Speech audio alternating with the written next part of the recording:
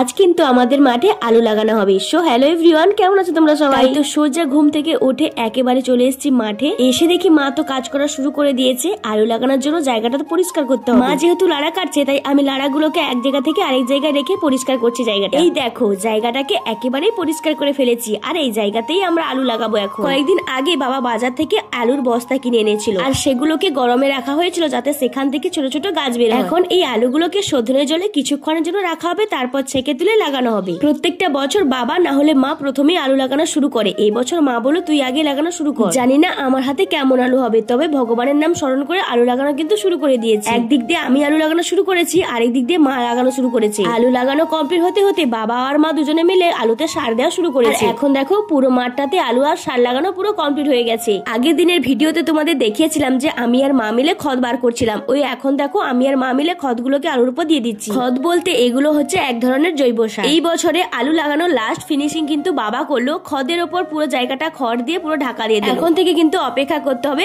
আলু হওয়া পর্যন্ত। সব কাজ শেষ করার পর এখন একটু বসেছি, আর ভাইকে বলছে আমার খুব খিদে পেয়েছে। বলার সঙ্গে সঙ্গে কাদা মাটি দিয়ে আমাকে সুন্দর একটা লজেন্স বানিয়ে দিয়েছে। খেতে কিন্তু খুব টেস্টি ছিল।